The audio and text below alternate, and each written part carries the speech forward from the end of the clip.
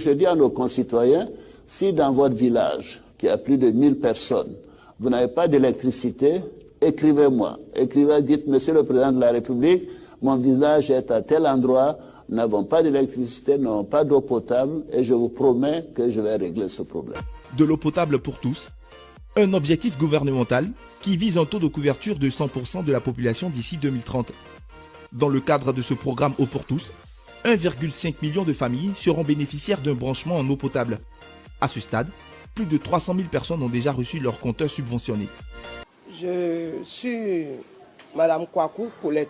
Je suis à Benjerville. Les gens sont venus nous trouver pour dire que l'État dit qu'il va donner l'eau, compteur cadeau. J'ai dit non, ce n'est pas possible. Compteur qu'on paye à 100 et quelques mille francs, il ne peut pas venir nous dire qu'ils vont nous donner compteur cadeau. Avant, on partait puiser l'eau dans brouette, bidon, au bord là-bas. On pousse. Tous nos enfants tombent malades. C'était difficile même. En tout cas, depuis que nous avons eu le compteur, de toute façon, on ne peut pas crier oh, oh, oh, sinon, on est content. Je dis merci. Merci beaucoup à nos autorités. Ce bateau qu'on peut observer depuis quelques jours dans les eaux d'Azito est une unité de production d'électricité, fruit de la coopération entre l'État de Côte d'Ivoire et la société Car Power.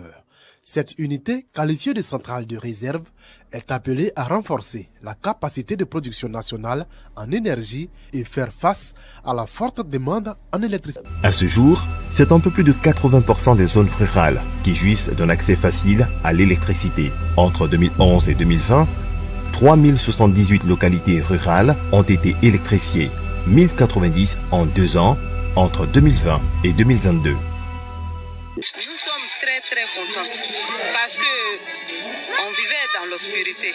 Maintenant que le courant est venu, nous sommes très contents.